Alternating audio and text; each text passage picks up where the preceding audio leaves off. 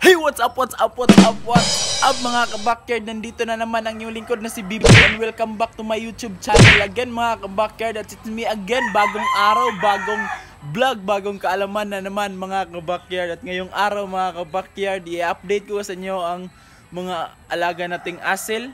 At ngayon araw, magpunta tayo sa farm natin at i-update ko kayo kung ano na ba ang ganap doon at ano na bang nangyari kasi hindi na tayo nakapunta doon since matagal na.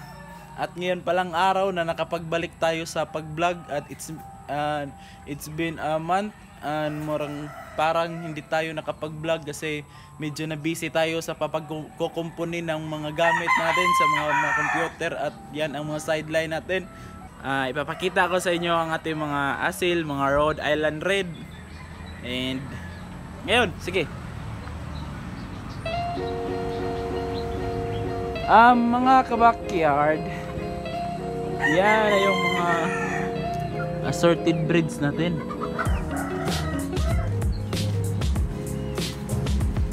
At ayan yung mga breeders natin, panabong. At ayan yung mga sige. At ito na yon ang ating mga Rhode Island 3 months.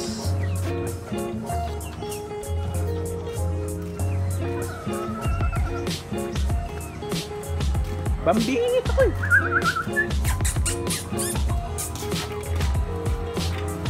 Ito din ang Rhode Island Red 2 months.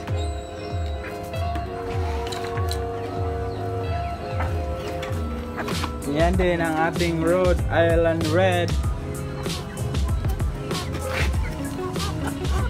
4 months. At ngayon magre-ready tayo sa ating magpapasnack tayo ng mga papaya. Mga kabakyard, ito na. Papakain natin to sa snack to nila, snack.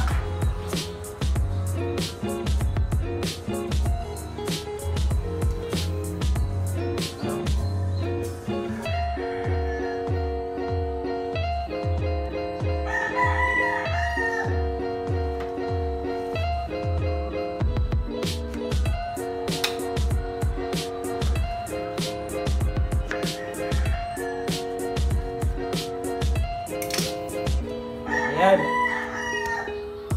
Ito na ang kanilang snack ngayon.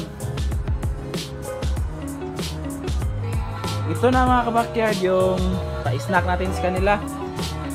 Maglagay tayo ng dalawa. Ito, maglagay tayo sa kanila ng dalawa.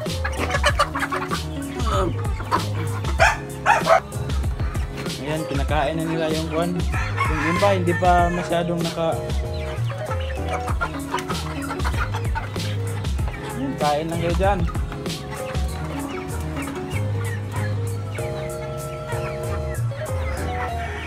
Yung iba hindi pa nasanay sa pagkakain sa ganyan kasi ito dalawa din para sa mga malalaki na mga sa ating 4 months. Maglagay tayo ng kainan nila. Scobed! Agay!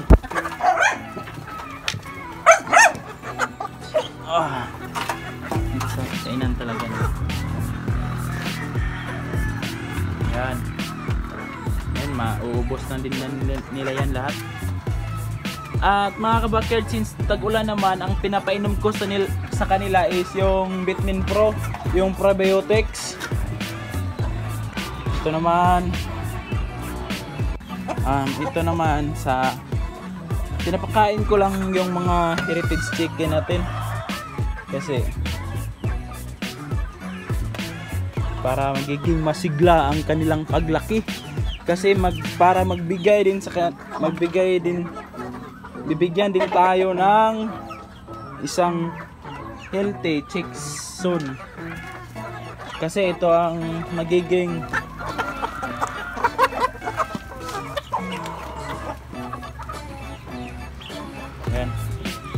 Ubos din nila yan.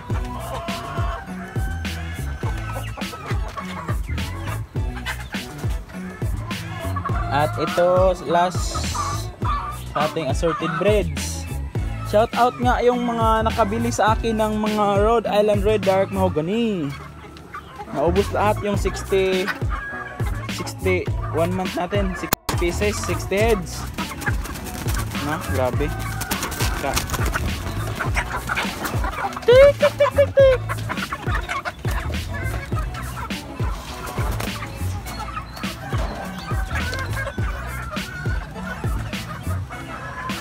Yan, ililipat ko yan sila sa farm zone.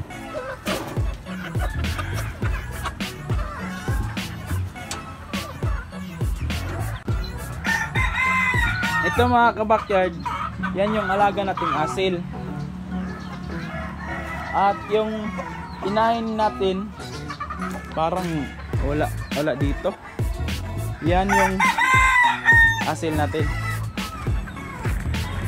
Since mga kabakyard hindi tayo nakapunta sa farm kasi pumunta dito yung mekaniko ng sasakyan kasi pinaayos namin at wala namang magbantay since kami lang dalawa ni mama, kaya ako na lang at hindi ako nakapunta doon. At ayan ang yung sasakyan na ni-repair at kaya ngayon dito tayo, magpapakain na lang tayo kasi hapon na mga kabakyard. Tara, since ngayon mga kabakyard hindi tayo nakakuha ng mga forages, kaya ngayon magka-carbo loading muna tayo at gagamitin natin yung bigas, yung kanin. Papakita ko sa inyo. Ito mga kabakyard, yung Integrato.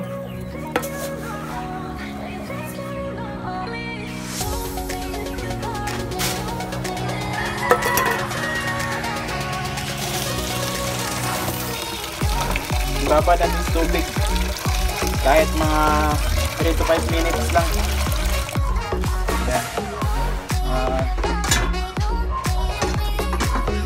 At itong kanin, sobra natin to.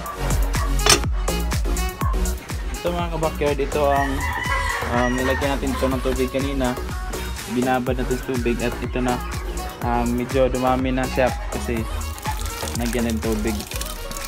Ayan.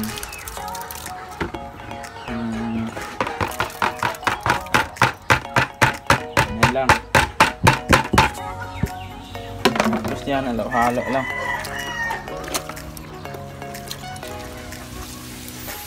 Para sa akin, ito ay carbo loading. More on carbs tayo.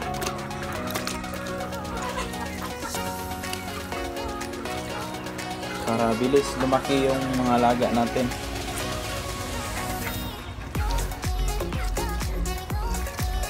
Yan na po yung mga inahin natin mga kabakyard. Pinapakain na ni mama, kaya yan yung pakainan natin sa yung pula. Ipapakita ko lang sa inyo saglit kasi baka matagalan ako kapag mag video pa ako at magpapakain. Ayan no, yung ulan parang gusto niyan nang bumagsak. At ito, pagpasensyahan niyo na yung background natin kasi pagpasensyahan niyo na yung background natin kasi medyo wala pa sa ayos ang ayan.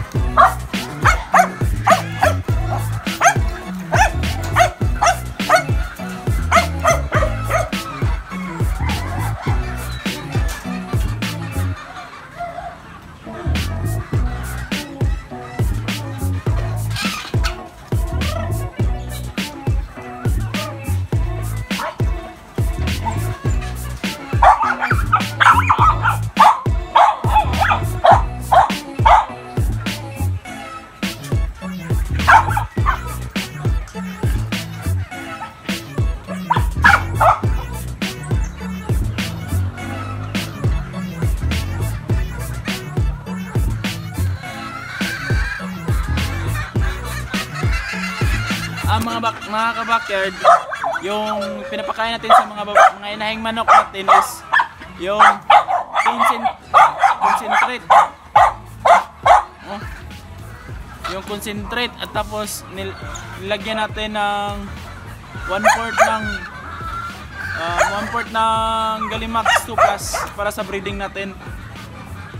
Ayan, kung bago pa kayo sa channel natin, don't forget to like, subscribe, and click the bell button. Ayan, nakikita nyo kasi medyo nagmamadali ako kasi baka abutin tayo ng ulan, magpapainom pa tayo ng tubig at meron pa tayong baboy doon pipakainin. At ngayon, sa tubig naman, since laging umuulan, lagyan ko talaga ng Vitamin Pro, yung probiotics, para kahit anumang ulan, medyo malakas pa rin yung immune system nila at parang active pa rin sila. Hey mga ka-backyard, thank you for watching, at kung bago pa kayo sa channel ko, don't forget to like, subscribe, and click the bell button, at paki-subscribe naman at click the bell button para updated kayo sa mga bagong updates natin sa mga videos. Kasi pagpasensyahan nyo na, hindi ako makapag-upload video ngayon kasi nang marami, kasi nagtatrabaho na ako at day off lang, isang araw lang sa in 1 week. Kaya mga ka-backyard, bye bye, God bless.